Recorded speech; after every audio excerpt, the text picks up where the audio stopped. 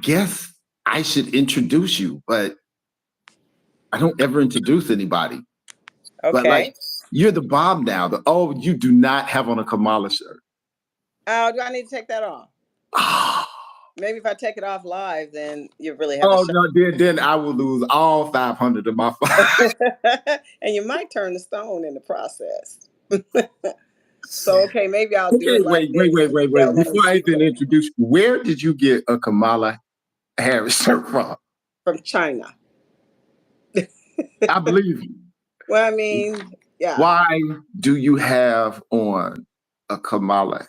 I mean, I wouldn't have gone to It's the politics. same reason why people wear Trump earrings. It's just a fashion. It's a fashion statement.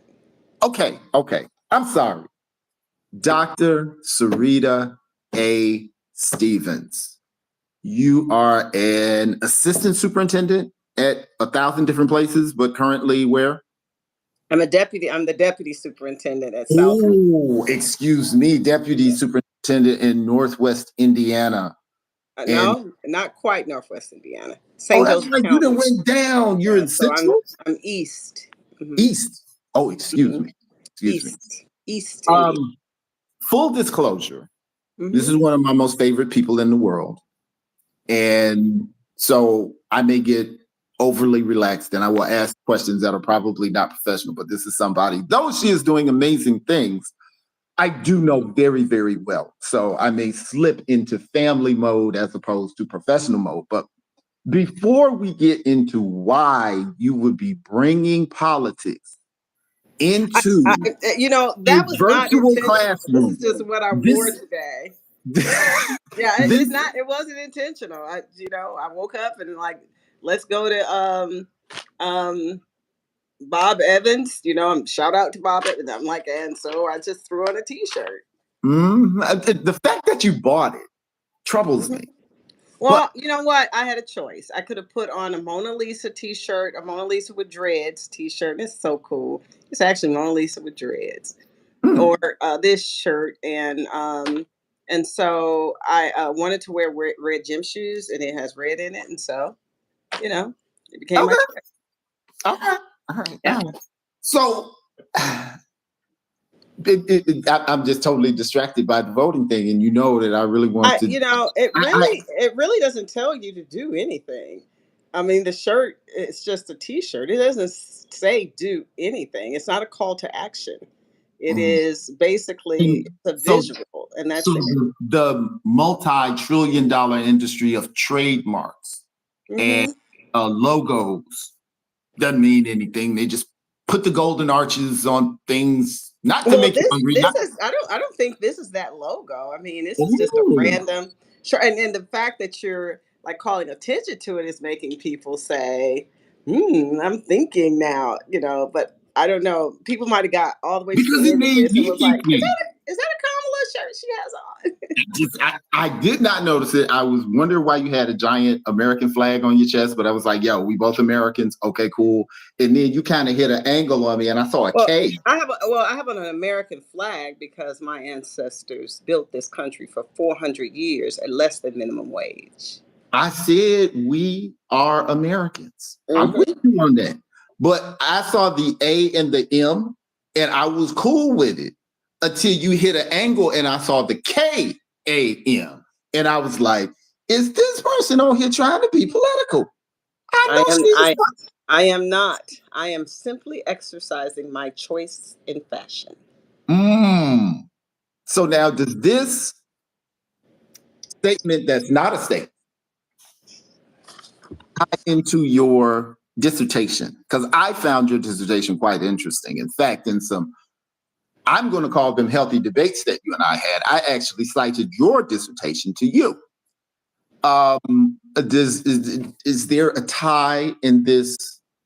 It's not. I mean, it's not. It's just female energy.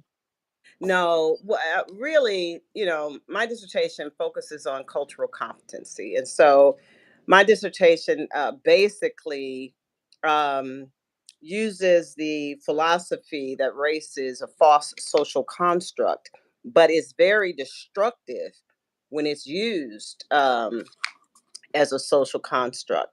And so it has nothing to do with politics, except for um, incompetency could cause you to maybe believe that immigrants eat cats and dogs.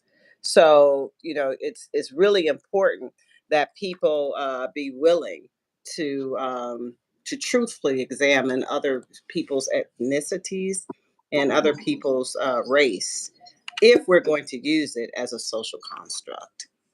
And Now, we can't help it because it's been set up that way, because we're a country that threaded through indentured servitude and then slavery and then Reconstruction and then um, Jim Crow. And so we threaded through all of those social things that used race as a social construct as its foundation. now, race historically Hmm. was formally was born in 1681 through the anti-miscegenation laws. That was in response to Bacon's rebellion, and that Hmm. was the first time white The term, appeared. yeah, Yes, the term appeared. itself. Hmm. And from that moment, in fact, when England contacted the British governors, they had asked, how are you going to stop rebellions like this from happening again? Because basically, all the poor people got united by Nathaniel Bacon, and they started trying to kill the rich people. Hmm. And when they asked them, like, how are you going to do that? They actually formally said that there's going to be a divide and conquer strategy amongst the poor people that would stop this from happening again. And what they would do is make a common category of whiteness. So you're absolutely right. This is pre-Revolutionary War. This is pre-Civil War. This is pre-Reconstruction. This is pre-Plessy. This is pre-civil rights. This is pre-war on drugs. So you fall in with, obviously you're a doctor of education, Hmm. and I'm a historian. So you're coming from a educational perspective. In your, I don't want to act like I don't know what your dissertation is, but then I mean what your dissertation is about. But I don't want to pick your fire and saying exactly what it's about. So tell us exactly what your Oh what. no, it's hard. So my dissertation looked at how cultural competency training, particularly for school leaders, and with the idea that it would trickle down to the people that school leaders supervise, which are basically teachers and instructional support. But cultural competency training will assist in improving the academic and behavioral development outcomes for Black boys pre-K 12. Okay, And I just use. just just just just so you don't like go over somebody's head. When you use the term cultural competency, Mhm. though, if you break it down to us, it may make sense. But obviously, if this were not a foreign concept to a lot of people, you would not have a dissertation. So when you say Cultural cultural competency. competency, exactly what are Okay. you talking about? So that's a person's ability to effectively engage, interact, work, and develop like real meaningful relationships where there is a communication exchange that is embodied in mutual respect, and with people from other cultural backgrounds and people from places and spaces other than the ones that you are familiar with. And so it takes an effort on an individual's part. And see, it's not black, white, red, brown. It is, you know, whoever you're interacting with, if they're from a different culture or a different, um, thought process, because it could be gender related and it could be sexuality related. Okay, so in you had mentioned specifically Black boys. Uh, Yeah. what what was your argument with Black boys? What had you found? What were you presenting? Black boys, Well, what? I wanted to know if it was relevant for people to be more culturally competent. And being a principal, And being a principal or school leader with a predominantly white staff and Black and brown children in the mix, I noticed that there were adult decisions being made on stigmas, and on prior beliefs that could be wrong, and in a lot of cases they were wrong. Um, Adult decisions on stigmas. yeah, Is they're that making decisions based on the thoughts or beliefs they have about certain groups of students, just based on what they believe, or based what on the adults what thought? yeah, and it's not someone's fault who is not ever interacted or who was not raised around people from other ethnicities and other cultures, and so you have to be very intentional and very respectful when you ask them, "Can you think about that? Think about why it is important for you to dismiss this child from school. Period." So that you can feel satisfied that proper justice or proper things were done. And I try to remind them that, in the United States, we might be over 55% now, but when I first started this study, we were at a 48% graduation rate. And it was that those rates were mostly in Midwestern states. And so when I say 40% graduation rate for Black boys, and so how that ends up happening is a lot of reasons. Uh, the research shows that even one suspension reduces your chances of graduating by 50%. And What? so, yeah, just one. And so the U.S. Department of Education and the U.S. Department of Human Services found that Black males are 3 times more likely to be suspended or removed from school, even at pre-K. And when teachers, to be honest, when teachers found that out, when teachers, um, a an alert was sent to the U.S. Department of Education, the teachers that took part in that were horrified because they had no idea that they were a part of a system that was accidentally, strategically separating Black males from school.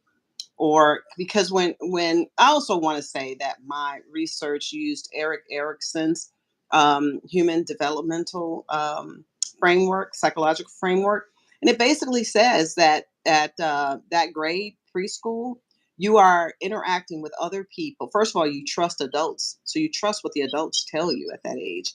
But then you're interacting with other people to find out who you are and to define yourself. And so, if you have been intermittently, constantly removed, or sat in the corner, or slighted, because I've seen adults do that to children, slighted in some kind of way, and you start to be trained in that psychological state. So as you get older, second grade, third grade, and some of these things, like the targeting, like you sit over there and you be quiet, don't move. Now, other people can move. Other students might have the freedom to move around because they're trusted to move around. Mm. But Black males have, there's this sort of threat that I have to be very good and very quiet, and I have to erase myself so that I won't be noticed, and so that I can continue on the spectrum. Um, and I know that's hard to hear, and for some people that's hard to believe, but as leaders, we see it, and we have to be brave to have the conversations, to implement the training, to help people be more aware of why do you think this about this child and not about that child. And that's where the term adult adultification, it's not a real term, but adultification is um, placing a child at a higher um, awareness of cognitive level because you think they know better, and not giving them the Oh. benefit of the doubt of being in the developmental stage where they don't know. You're not even at the age of reason until you're after 7 years old, but Now, before that I you're not at the know, age of reason. right now, I know that you were a teacher and a principal, and now you're a deputy superintendent. So you've been at every Hmm. level this conversation. Is there a difference, let's say, in the Black community? Is there a higher tolerance, or is this something that happens? So the only difference in the Black community, and what I will say is that even in the Black community, there is this stigma on Black boys, that you can't let them do too much. You got to always police them. You got to always make sure that they understand that we got our eye on you, and we're going to make sure you don't do anything.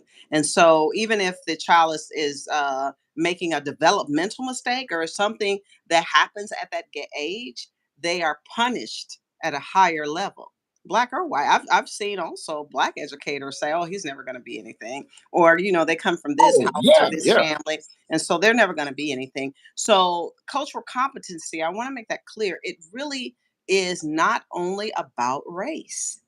It really is about learning and understanding where this student is coming from, socioeconomically as well, because if you keep in mind that most of us also function by Maslow's hierarchy of needs. The first thing is that we have to have security.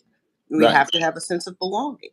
It's not until after the third step that there's the need to know phase. And so if you have a child that's coming to school, that's dealing with poverty, homelessness, an alcoholic parent, an abusive parent, or a parent that's going through domestic violence, things like that. So then you have a child that's coming to school under trauma. And so when that child makes a mistake, or if that child does something that is not acceptable, you have to know how to step into the shoes of to develop that child. Otherwise, if you ostracize a child, you're just throwing gasoline on a kid that's already on fire. So and your work, if this is an industry problem, and it's a gender problem, and it's a cultural problem, is this happening disproportionately to Black boys? it is. It is happening disproportionately to Black boys. But I can tell you, white males that live in poverty suffer some of the same things. Okay. But, not a but, because that's a whole different study. It really is a whole different study. The thing is that the statistical data for Black males is staggering.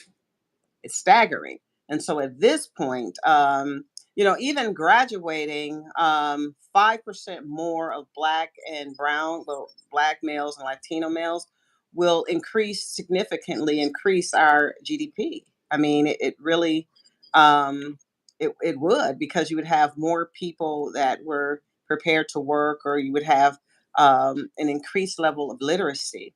And so, it would help us thrive also as a country. Okay, so you had said that this is an industry problem. This is not necessarily a problem or a geographical problem. This is an industry problem, just like policing is an industry problem. It could be policing in a Black area, it could be policing by white police, it could be policing by female police, it could be policing by Black police. Black people are kind of catching the raw end of the deal. Absolutely. In that. But you had said that when the teachers were finding out, that they were shocked that they were accidentally being a part of the system. A part of it. How is it an accident? Because you don't know, you don't really understand how your little portion is creating a 360 system. So you don't understand, like, when I suspend 2 kids, that's going to add to the national statistical data. You really have to go back to, if I am from this culture, am I prepared to step into an urban school and teach children from another culture? Am I afraid?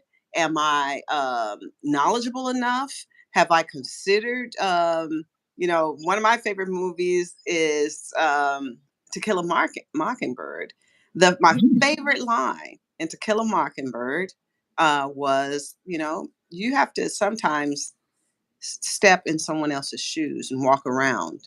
Or when Atticus Finch, I say Gregory Peck because that's my old school. That's the original. Yeah, that's my old school. So I mean, when he said you have to get in the shoes and walk around, in their shoes, and then you kind of understand. And so, and that's hard work as a teacher, because I did it, where you just wanted to say, "Oh, I just want to just put them somewhere," and that.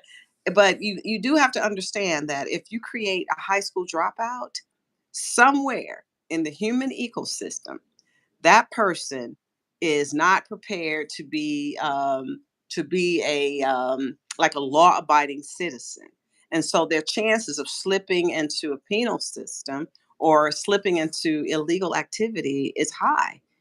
And so think about, if you were only graduating 48% of the black males for about 7 years, what happened to that other percentage? Right. Where did they go? What are they doing? And Right. so you almost can avoid at some point um, the element that you created. You can't avoid that coming back to the community one way or another. And that's not fear mongering. What that is like, we have the opportunity to put a significant dent in that by simply um, putting programs in place that will graduate those children and will give them another thought process. Because the thing is like, you can't just say, okay, they're not smart enough or they are not, because that's your scapegoat. That's your way of saying, okay, that doesn't count. And so that doesn't count against my ability, because they can't learn. Why do you think it's an accident? No, no, I I don't. don't believe Well, in it is. It's coincidence. a system. I don't think it's an Mhm. accident. A And system is if designed it's to a do what a system, it system is has to be on designed to do. purpose. Right. So no, but okay. So if it's a system that you don't understand what your portion is, all you are doing is your portion. That's why I say leaders have to be more culturally competent, because they're the overseers of the system. So they're the overseers Okay. of everything. And So so, you're not saying the system is an accident. You're saying, no, the system is very intentional. It's designed. because I'm Systems are thinking designed birth to of do a what they're. nation. Well, I mean, if you look at a assembly line, that's a system. And so Mhm. this portion does this portion does that. At the end, the product is there. And generally, if the system, if each section follows what they're supposed to do, at the end, they get the same product over and over again. So what I say to public education is that we have to look at the overall system of what's happening to black boys so that we can change it, because it's doing what it's supposed to do. Get them out. It's doing exactly what it's supposed to do. But why do we want them out? Perhaps And, we. that's why I'm posing that, like everybody says, we need to fix our political system. We need to fix our legal system. We need to fix our cultural system. And I challenge that and say, no, it's not broken. It's working exactly the way it's How it's supposed to, supposed to work. which Yeah. is why it's being maintained. Now, where you do bring about a good point, and I hate giving you any credit at all, but the Sometimes person, the person high up in the assembly line, they can come to work 30 years and never see the product that's at the end of the line. you So never know what they're part of. I'm clicking these two things together. I don't know that that's part of a transmission that goes into a Dodge, Mhm. whatever, that drives up and down the highway. My job is to click these two things together and give it to the next person. But But okay, that's how you can disconnect yourself from the end product, which is why my research calls for training at every level. okay. Now, Training engagement. how do we fix it? How it's Well, the knowing we have an opposition that has it in place and has it set up to protect itself. How do we fix it? Well, um, and I hate to say this, because it's time to move on from COVID, but not forget its historical context, because that's what happened in 1917. It was erased from the historical memory, and people did not realize that that same devastation happened that happened almost 100 years later, right? So we can't forget what this is doing to everybody, including our children, when it comes to emotional stability, because we are seeing some serious emotional development hiccups. And so when you fuse that with the micro, and I want to say it's kind of microaggressive strategy to exclude certain kids, and also I'm not going to take all the blame off of them, because there are some developmental stuff happening, and we have to have strong leaders and teachers to stand up to it regardless of race, gender. Just stand up to it, like, nope, that's not what we're going to do.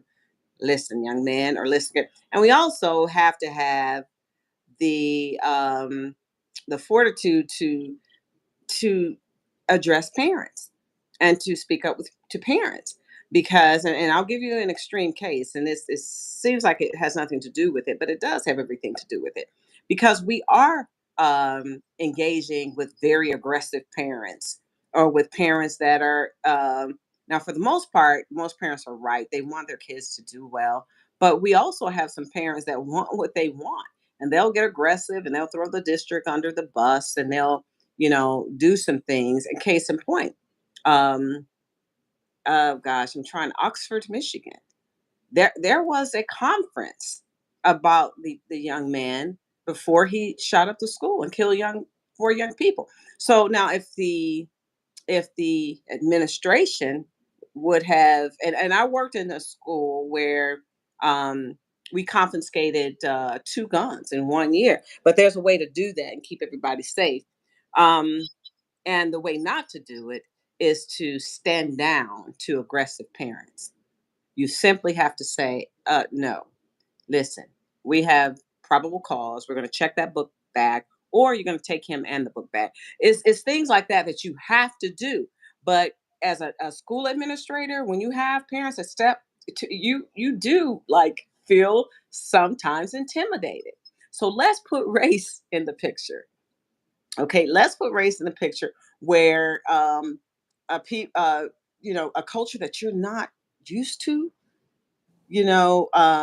become very, very aggressive, and you're trying to figure out like what to do. What cultural competency training will help you understand that every single human being are basically on the same developmental uh, Spectrum. pathway. The Okay. spectrum is a better word, on the exact same spectrum. You have to understand where people are, how they, a little bit about how they got there, in order for you to listen and speak to them where there is reasonable understanding and a reasonable exchange. So You know, even the parents are playing a role, unbeknownst to them, in these outcomes. It's not, yeah, this is your research. It's not necessarily something that is being imposed educationally as a vacuum. It is reinforced culturally by certain expectations that's helping this continue. So my child has done something wrong. Instead of being part of the intervention process, I want this behavior to be overlooked. And and some of it is just not trusting the person. They don't trust the system. They don't trust the person. They could be a second and third generation person that went through some of those things themselves. We did have a grandfather when we were trying to resolve a situation. We finally listened to him. It was basically based on something that happened to him like 25, 30 years ago, along mm, along racial lines, and so he carried that distrust and that suspicion, all the way to the dilemma with the grandchild. And the important thing was to listen to what happened, and then bring it back to the present. You have okay. to, so like cultural competency, when people are mistreated, first of all, kids know when they're being mistreated. They know. They can tell, and so And then there's the dilemma, because a teacher is a hardworking individual that, in my opinion, I would, if I had an open checkbook, I would pay teachers $100,000 a year, because teachers are very hardworking individuals. And so to have to take blame or to feel guilt is an extra burden. And so in order to train people, you really do have to work through all of that thickness and explain that we are not asking you to assign blame to yourself. What we're asking you to do is to get a better understanding of culture and how you interact with various cultures, as opposed to assigning as opposed to prescribing to or subscribing to stigmas or your thought processes that was based on conjecture or based on just people labeling people as things. Mhm. Learn truly what this culture is about. You will learn so much. I mean, you will learn so much. I was in an alternative school and we had a high Hispanic population. And in our student survey, some of the Latina students said, we're not hurt. I mean, nobody's paying attention to us. And so we were like, okay, so what are some of the things? So for Black History Month, we had a fabulous wall of, and I learned, that's why I say that those kinds of multicultural projects teach adults as well. And I'm like, what do we do? And so we let them plan it. And so they wanted a week of Deo de los Muertos. And I'm still learning how to say that, obviously. And they taught all of us adults, this is how you say it. And they told the story. So all down the corridor, they did the whole story of Dia de los Muertos. And at the end, like we all had, and then the school was predominantly white teaching staff, we all had a better understanding of just a small portion of Latino culture. Even though it was a holiday and um and then we had at least one religious person that was like, oh no, that's demonic, and they stepped up and was like, no, it's not demonic. This is what we believe about death. And I'm like, well, that's good. That's good that we're having those conversations and uh we're not Being assi- disagreeable. You right, can and right assigning people. disagree without uh, being disagreeable. How did so and I can tell you that it brought a breath of fresh air to the school, because students start to understand that, okay, I'm mm, valued, and that carried them. One more story. The black males, we took them to a job fair, and the gangster of gangster, that's what he called himself. But I'm like, no, son, you're not a gangster. We're in Elkhart, and you're not a gangster. So anyway, so anyway, um, he was like, I want to try to put on one of those ties. So, and okay, think of that. This man was so kind. He was an older man who was retired, but he was working for us. But anyway, he took his time and he showed him how to put on a tie. So mm. we had about 10 kids. The bus was waiting on us. And so they saw him with a tie on. And so they were like, well, we want ties too. So we had to run to the closet and just grab a whole bunch of ties because the bus is waiting on him. And Mr. Murray, he decided that he was going to, get their ties tied, one by one when they were getting on that bus. So um, we began to understand that as educators, if we spent our time developing even kids that we don't think are capable, they will surprise you. And so, and we got all kinds of compliments of their behavior, because these kids are supposedly the bad kids. And the first thing I did when I got there was like, we're no longer the bad kids. We are the scholars. So we will Mm. always call ourselves scholars. We're never calling ourselves rejects. We're never calling ourselves the alternative kids. We're scholars. So wherever we go, here are the 10 rules that we're going to follow as scholars. It was unbelievable. These are kids that were rejected. It was unbelievable how they shaped their environment after that. So Now, I know. only got about 5 minutes, but I Oh, wanted. How did you how how did you figure this out?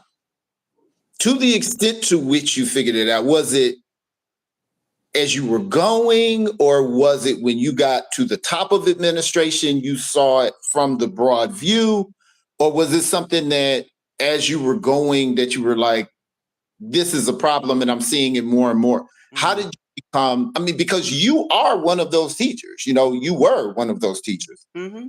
So, like years ago, I came across, Maslow's hierarchy of needs.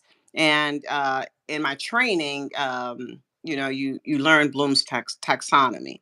And so you start to understand that you really do have to take care of Maslow before a child even gets to Bloom.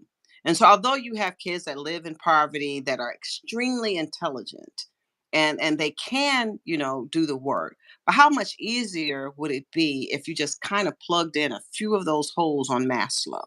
Mhm. So, the issue becomes, as adults, we have to know when we are causing an adverse effect on a child.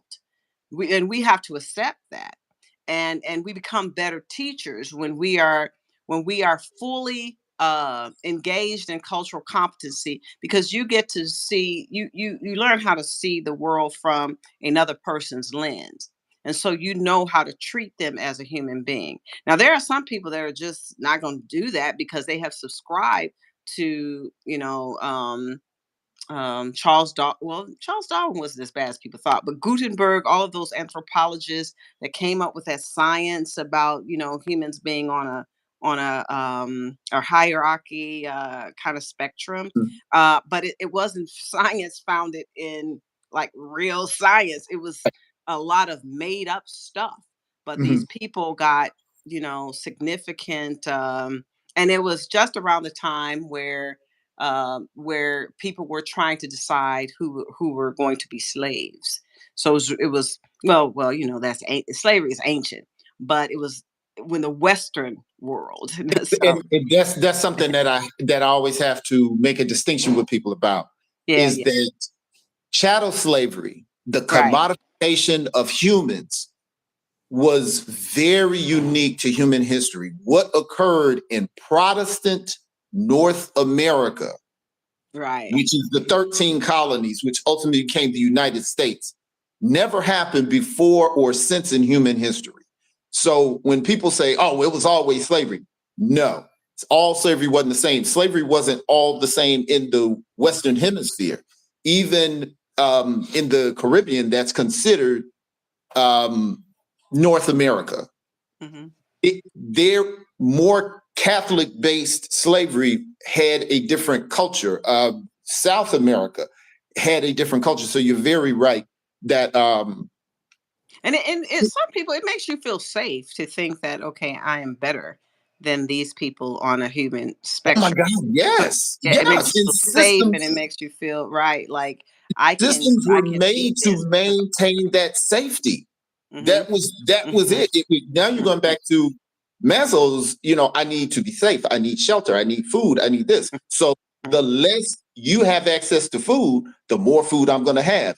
The more you are in danger, like it's just like if me and you are in the woods and the bear's chasing us, I ain't got to run faster than the bear. I just got to run faster than you. hmm So the more you are in danger, the less I am in danger. So we can see how that stuff, derived from a practical place. But It's so knowing much to you, talk about with this. I feel like I didn't talk enough about what's actually happening to Black boys from pre-K to 12. But I do want to say this: through those go. very important developmental stages, Mhm. psychological and cognitive developmental stages, because if their psychological developmental stages are interrupted or delayed, it will affect their cognitive development. Because when you're separated intermittently from training, from making sure that your brain is being trained, because the first thing you have to learn is literacy. If you do not learn to read, you cannot read to learn. And so in those very early Wait, stages, wait, wait, wait, wait, wait. I was trying. I know you said you had 5 minutes. No. I control the time. You you can't drop that on me and act like you didn't just say something. You cannot learn to say that about learn to read and read and learn. What? Pre-K to 3, you are learning to read.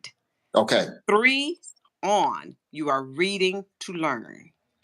And so if your developmental stage, both your psychological and your cognitive developmental stage is interrupted at that early age, you will be behind the 8 ball for the rest of your life. So we have to, and it is true that you in this country, you figure out who can't read at the 4th grade because you know what the penal system is going to be like in 10 years. And so you prepare for that. You prepare for, the prison system. You prepare for it. That is true. That's just real research. So we have to really, really be aware that this group at pre-K to 3, it's a very vulnerable group. And so we need for parents, community, teachers, and teachers are doing, for the most part, what they're supposed to do. I don't want to demonize teachers because I am a teacher and I love teachers.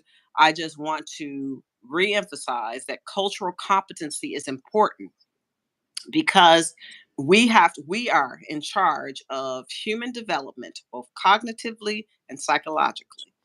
At pre-K to 3, we have to make sure that we are taking care of all of the children, all of the children. And and I'm just saying pre-K to 3 because that's the age where we have to teach literacy. That's right. We have to teach literacy. Okay, we gonna have to do this again because I was really amazed, like when I was witnessing your dissertation. It was extremely interesting because it seems like my historical work. This is the product of it. This is when this happens, this is what happens. Okay. So that's why I was so interested. Other than it's you. That's why I was so interested. I'm sincerely interested in it. So the next time we get together, I want you to really go into what the effects are, what the percentages are, and all of that. But again, this is Dr. Sarita A. Stevens, a deputy school superintendent. And how many years in education do you have? This is my 33rd year. No, I'm only 33 years old. I know. I don't know how I've been doing this all of your lifetime. All right. I'm starting to get kids that come up to me with their grandkids, and I'm like, oh my God, yeah.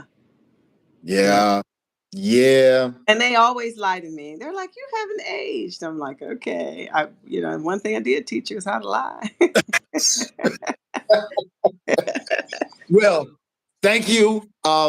You got to do it again. You got to do some more. And I will choose another fashion. I will definitely focus on my fashion. Oh, don't see. You're trying to get me to start. But we do have to talk about that because that is very interesting. But again, your work is amazing. It really is, and I'm proud of you. And I'm proud to know you. So thank you, and I will talk to you soon. Okay, thank you. This was awesome. All right, bye.